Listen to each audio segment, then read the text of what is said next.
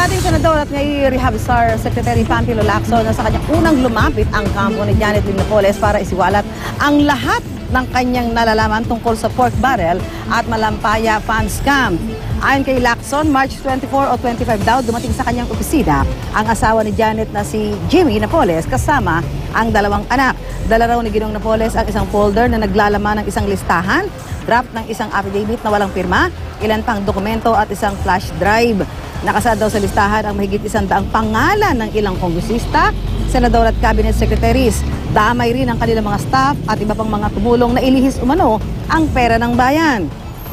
Ang draft ng salaysay, buhat pa raw ng simula ni Napoles ang kanyang negosyo ng mga peking NGO noong taong 2000. Ang flash drive, naglalaman naman ng recording ng pag-uusap sa telepono ni Napoles at isa pang tao. Pero naninigurado raw muna si Lacson dahil tila may kulang daw sa mga impormasyon. Sa dokumentong iniwanan niya o binigay niya sa akin, nakalagay in pesos and centavos magkano napunta kung kanino. Meron, halo-halo doon. There are names that you won't expect to be there.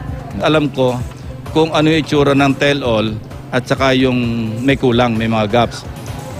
Kasi meron din ako mga ibang information na from other sources na wala doon.